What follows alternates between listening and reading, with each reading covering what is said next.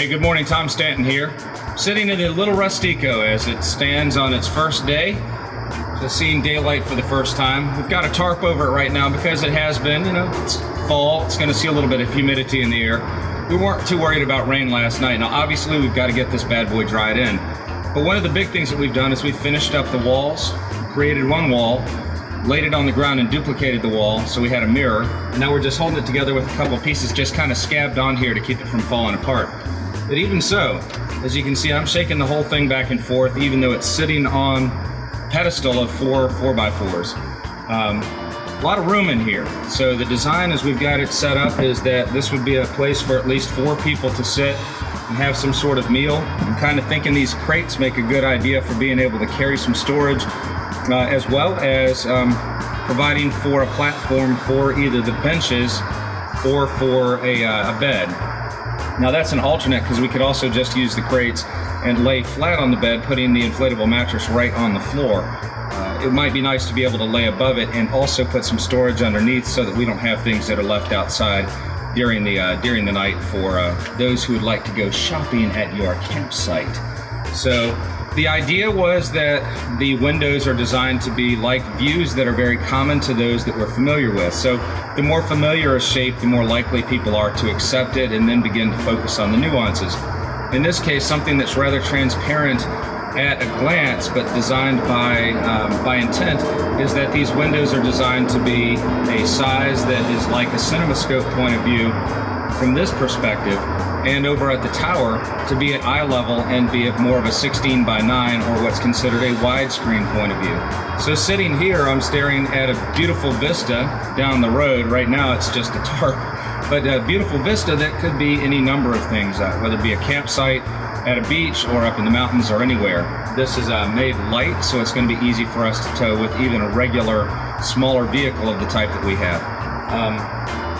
What will eventually go here, and in the next week I hope to be able to complete it, is a wall that is simulating a timber frame sort of wall that would actually have a queen post going up here as well as here, and a shelf that goes across this way. And what that's going to do is give us a little bit of a doghouse, as I'm referring to it, but it's a regular gable shaped structure that's going to be wide enough to put a regular sized cooler into. Now, like any practical design that you're doing that's on this scale, we've pre-purchased the cooler. It's one we've had for years, and what we want to do is make it so that that standard size cooler can slide in and out of there and give us a place to have like cold storage. We can put other things there like the blow-up mattress, roll it up and put it in here, and then we'll also make use of either crates like this as our structure or other types of bins that we can purchase readily at whether it's a Walmart or a Kmart or any other type of store of that type. So that's the look at this part of the cabin. In a moment, we'll take a look at the kitchen area. Now, as you may recall, the little Rustico is built to come in from the tongue side of the trailer, which is reversed from what a lot of people normally do.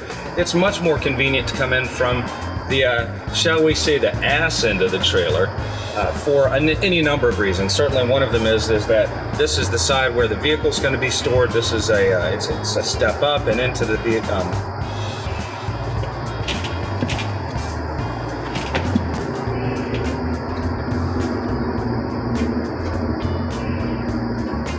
Alright, so stepping up into the little Rustico from what would be the door.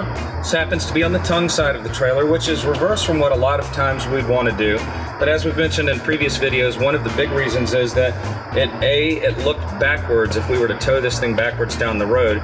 And the other is that it puts a little bit more weight with this structure on the tongue side of the trailer. You always want to weight the tongue 60-40 or ish toward the tongue side of the trailer so it doesn't pop up and do some sort of crazy wheelie down the road, take off on its own, and then destroy your little tiny house. Now in this case, part of what we've designed is there's going to be a gable roof that's right here that, again, as we step into the place to sit, we'll have plenty of headroom, as you saw a moment ago.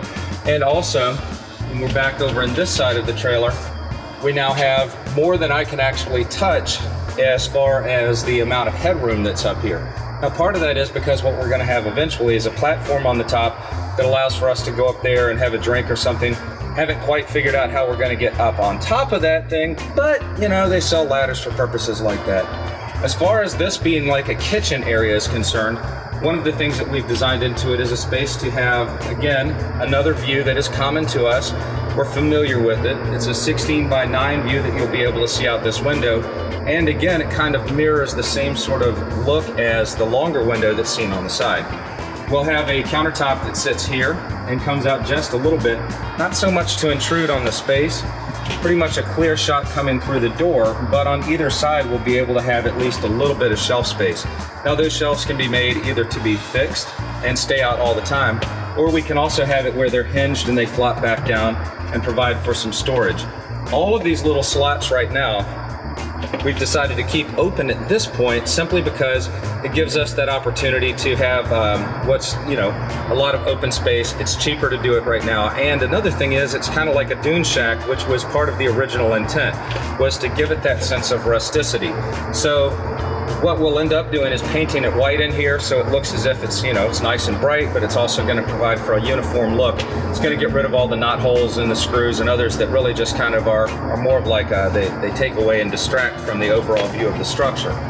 The shelving that's here, maybe even a shelf that's here, will give us a lot of places to be able to do some work as well as storage, much like a boat.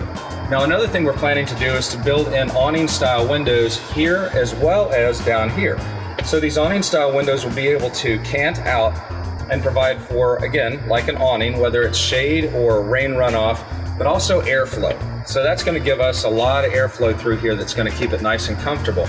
If we want to cam those bad boys down and make it so that we can have a nice warm or cooler, if we choose to buy one of those little, and can plug up somewhere, one of those little air conditioners, now we've got a place that we can have that's basically temperature controlled. So that's again another option. Additionally, from the outside, this particular height happens to be at about a countertop or bar height if you stand on the ground. So we have the potential as well to provide for a shelf on the outside that gets, cammed down when we're traveling, or added when we're basically at the campsite. Again, this is all to be determined, but can kick out like this and provide for a table on the outside. And with a lot of tiny houses or any small structure or cabins, the idea is that you don't have to have everything inside of your house. You instead live on the outside as much as you can. So that's basically it.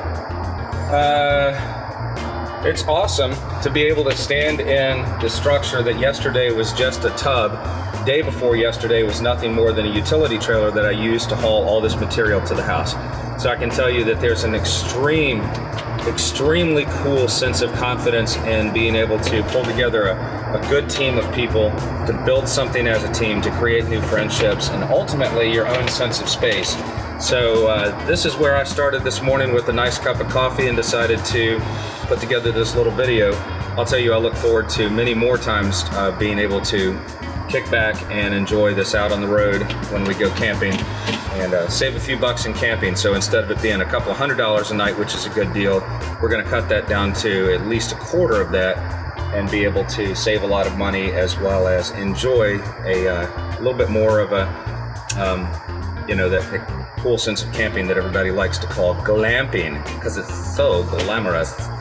Anyway, I'm Tom Stanton with timbertrails.tv. Look forward to talking with you soon, keeping you up to date on what's happening with this little Rustico.